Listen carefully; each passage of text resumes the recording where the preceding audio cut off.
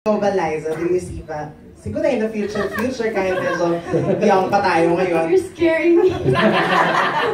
Hindi naman, ano lang naman, mababaw lang. Parang do you see ba, Ken, siguro someone na medyo husband material.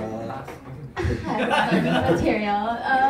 Opo, he is pretty husband material. Malapit lang po. Malapit siya maging husband material. Konting maturity pa. Siyempre, it comes with age, siyempre. Yes. Wow, thank you. Tanda na kasi yun. Pero siguro ano na lang, Liza, what do you love most kay Ken? About Ken? Oo. Yan, tingnan mo, hindi siya mature. Pagiging family-oriented niya, he's very caring, very generous, and yun. That's... Nakaabang ka eh. Parang isa pa rin yung Liza eh, no? Medyo matigas ulo niya sometimes, which is... natututunan naman with age. How about you, kay Liza naman? Hindi ako. Nilito lang.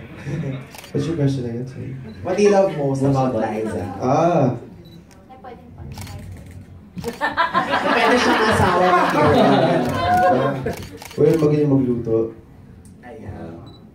Tapos, kahapon nagluto siya ng pasta ulit. Kasama si Tita Carla. Ford. Sarap. Naubos namin. Tapos, hindi siya...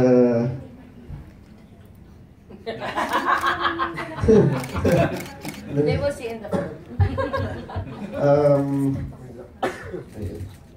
What I like about Liza is she's very generous then. And she always thinks of other people besides her. Kahit pupunta kami sa States, meet yung mga siblings, yung mom niya, syempre, ang tagal niya hindi nakapag-States ulit. Ibig mag-shopping doon, sinasabi niyo muna yung mga siblings, mom niya, lola niya, lahat. Ako pa nagsasabi, bumili ka naman ng mga t-shirt mo. Parang, ako pa yung bubuhat sa, ito, gusto ko ito, huwag na. Ay, ganun siya. Oh, very selfless. Martia. Bakit single ka pa rin hanggang ngayon? Bakit single pa rin ako? Siguro, yun nga, dahil nga,